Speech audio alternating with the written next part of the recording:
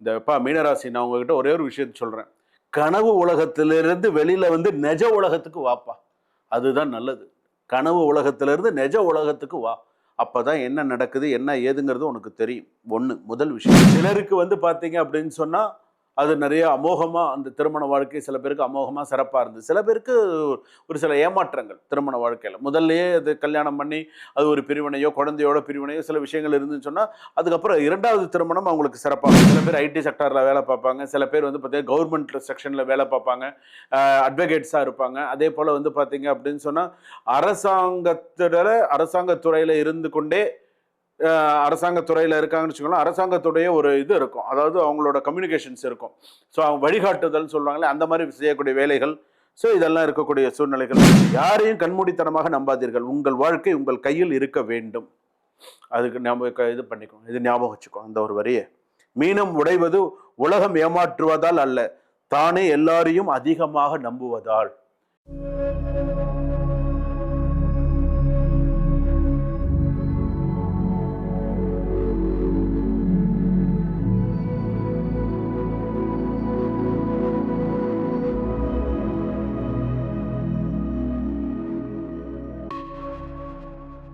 ஜனனி ஜன்ம சௌக்கியானாம் வர்தனி குல சம்பதாம் பதவி பூர்வ புண்ணியானாம் லிக்யதே ஜன்ம பத்திரிகா கஜானனம் பூதகணாதி சேவிதம் கபித்த ஜம்பு பலசார பக்ஷிதம் உமாசுதம் சோக விநாச காரணம் நமாமி விக்னேஸ்வர பாதபங்கஜம் ஆதித்யாயச்ச சோமாய மங்களாய புதாயச்ச குரு சுக்ர சனிபியஸ்ட ராகவே கேதவே நமஹா. உலகெங்கும் வாழக்கூடிய ஜோதிடர் யுகம் நேயர்கள் அனைவருக்கும் வணக்கம். நான் உங்கள் டாக்டர் வி ராஜ்குமார் சிவாச்சாரியார் பேசுகிறேன். எல்லாரும் எப்படி இருக்கீங்க? நலமா இருப்பீங்க நம்புறேன். இன்றைய தினம் நாம் பார்க்கக்கூடியது, வாழ்க்கை முன்னால் எழுதப்பட்டதா அல்லது நாம் எடுத்த முடிவுகளால் உருவானதா? 1990 2025 வரை இது ஒரு சாதாரண காலம் அல்ல. சனி, ராகு, கேது போன்ற கிரகங்களின் நகர்வுகளால் மனித வாழ்க்கை மெதுவாக அல்ல, பல முறை அதிர்ச்சியாக மாற்றிய காலம் அப்படின்னு சொல்லலாம். இதுதான் நிதர்சனமான உண்மை.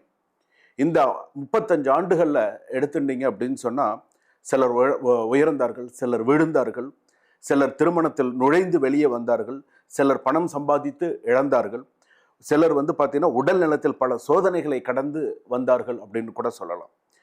இதெல்லாம் இதெல்லாம் என்ன பிரச்சனை அப்படின்னு சொல்லக்கூடிய விஷயங்கள் நம்ம தெரிஞ்சுக்கலாம். 1990 2025 வரை நடந்த விதம் என்ன அப்படிங்கிறத தெரிஞ்சுக்கலாம். விபத்து, இழப்பு, திருப்புமுனை ஆண்டுகளாக நிறைந்திருந்தது. திருமண வாழ்க்கை ஏன் உடைந்தது? வேலை, பணம், சொத்து நிலை எப்படி மாறியது? சில விஷயங்கள்லாம் ஏன் இப்படி இருந்தது, ஏன் எனக்கு இப்படி மாறித்து, நல்லா தானே இருந்தேன், ஏன் எனக்கு இவ்வளவு பிரச்சனைகள் வந்தது அப்படிங்கிறதுக்குள்ள ஒரு விஷயம். என்னென்ன நோய்கள் தாக்கம் கொடுத்தது அப்படின்ற வரைக்கும் தெரிஞ்சுக்கலாம். அடுத்ததாக வரக்கூடிய 2026 36 வரைக்கும் என்னென்ன வருடங்கள் உங்களுக்கு சிறப்பாக இருக்கும் அப்படிங்கிறதும் நம்ம அடுத்ததாக தெரிஞ்சுக்கலாம். அதாவது மேஷ ராசியிலிருந்து மீனராசி வரையில இந்த 1990 2025 அப்படின்னும் பொழுது வீடியோ கடைசி வரைக்கும் ஸ்கிப் பண்ணாமல் பாருங்கள். நிறைய விஷயங்கள் இதில் நான் சொல்லியிருக்கேன்.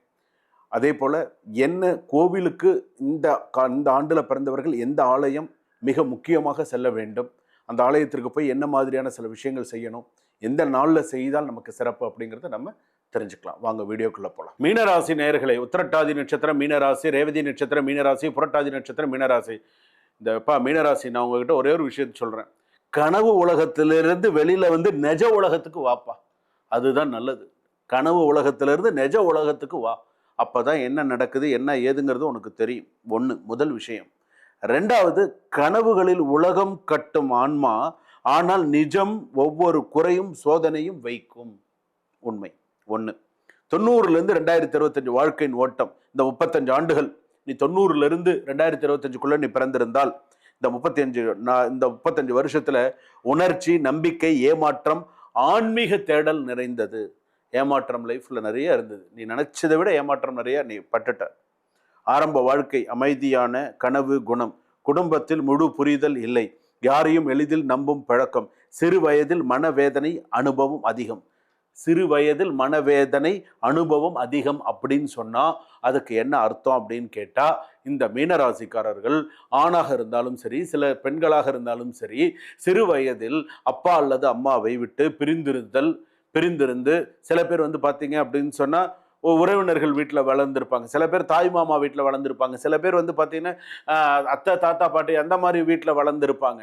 என்னோட ஆரம்பத்திலிருந்தே அந்த விஷயத்தை அவங்க அந்த பார்த்து பார்த்து பார்த்து பார்த்து பார்த்து ஒரு ஒரு சில ஒரு கட்டத்தில் வந்து பார்த்தீங்கன்னா ஒரு வெறுப்புத்தன்மை வந்துருச்சு அப்படின்னு சொல்லலாம். அந்த மாதிரிலாம் இருந்தது. சிறு வயதில் மனவேதனை அதிகம்னா அதுதான். நடுப்பகுதி 2005 2015 வேலை தொடக்கம் மெதுவாக வழி மாறி மாறி சென்றது. நண்பர்கள் நெருங்கியவர்கள் மூலம் சில ஏமாற்றங்கள்லாம் இருந்தது. மாறி மாறி 2005லேருந்து 2015 நடுப்பகுதி கொஞ்சம் அப்படியே மாறி மாறி சில விஷயங்கள்லாம் போனாலும் காதல் முழு மனதுடன் சில விஷயங்கள்லாம் சக்சஸ் ஆச்சு. 2015 2025 திருமணம் நடந்தது. சில பேருக்கு திருமண வாழ்க்கை நடந்தது, திருமணம் நடந்தது, நிறைய நல்ல விஷயங்கள்லாம் நடந்தது அப்படின்னு சொல்லலாம்.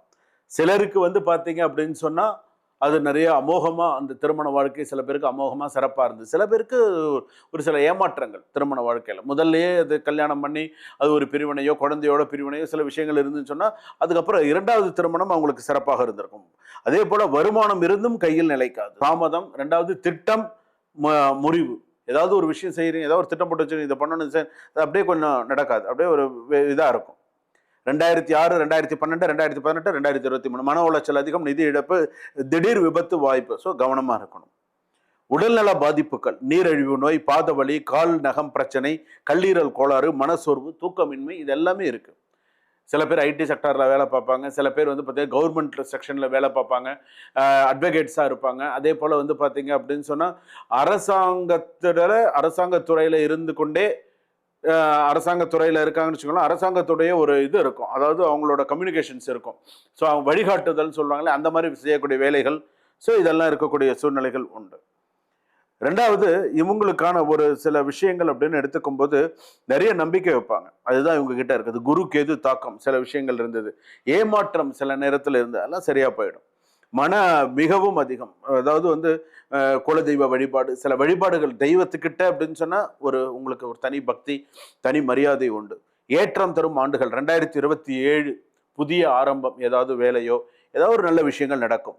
32ல பணம், மனநிலை உயர்வு, பணம் நிலை உயர்வு இதெல்லாமே இருக்கும். வாழ்க்கை அமைதி 2035லாம் வாழ்க்கை அமைதியா சந்தோஷமா நிம்மதியா அப்படியே ஏதோ குறையில்லாமல் அப்படியே ஓடின்னு இருக்கும். கவனமாக இருக்க வேண்டிய ஆண்டுகள் 2030, தவறான நம்பிக்கை வைக்காதீங்க. 2033 உடல் நலத்துல கொஞ்சம் கவனமா இருங்க.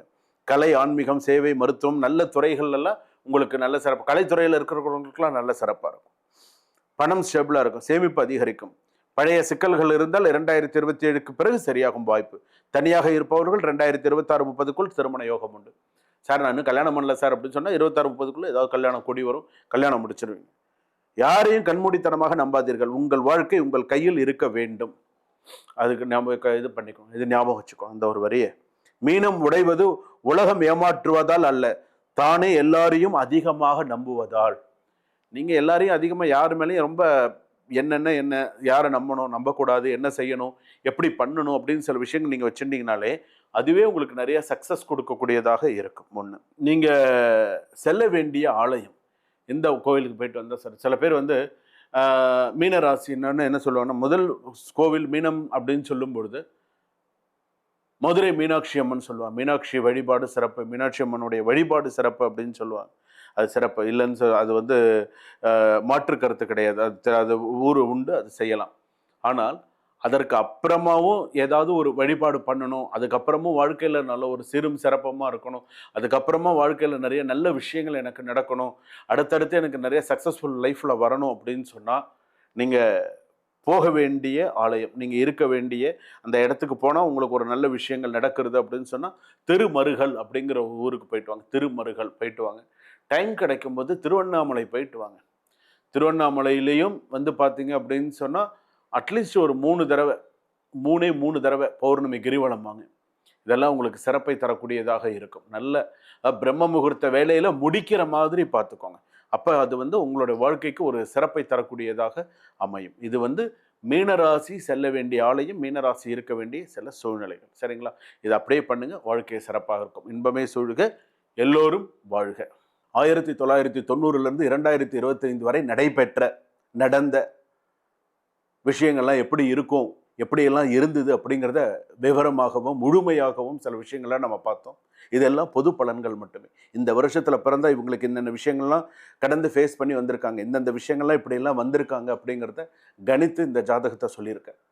உங்களுடைய சுய ஜாதகம் அப்படின்னு ஒன்று இருக்குது. நீங்கள் பிறந்த தேதி, பிறந்த லக்னம், பிறந்த ராசி, இதை வைத்து உங்களுடைய ராசி நவாம்சத்தை வைத்து உங்களுடைய சுய ஜாதகம் எப்படி இருக்குது, இதற்கப்புறம் வரக்கூடிய காலகட்டங்கள் எப்படி இருக்கும், அதாவது இந்த முக்கியமாக இந்த ஃபியூச்சர் ப்ரெடிக்ட் பண்ணுறது அப்படிங்கிறது மிக முக்கியமானது. அந்த விதத்தில் நீங்கள் உங்களுடைய சுய ஜாதகத்தை அனுப்பி கொடுத்து டிஸ்கிரிப்ஷனில் நம்பர் இருக்கும், அப்பாயின்மெண்ட் ஃபிக்ஸ் பண்ணிட்டு நீங்கள் உங்களுடைய சுய ஜாதகத்தை ஒரு முறை விவரமாக தெரிந்து கொள்ளலாம். சுபம்.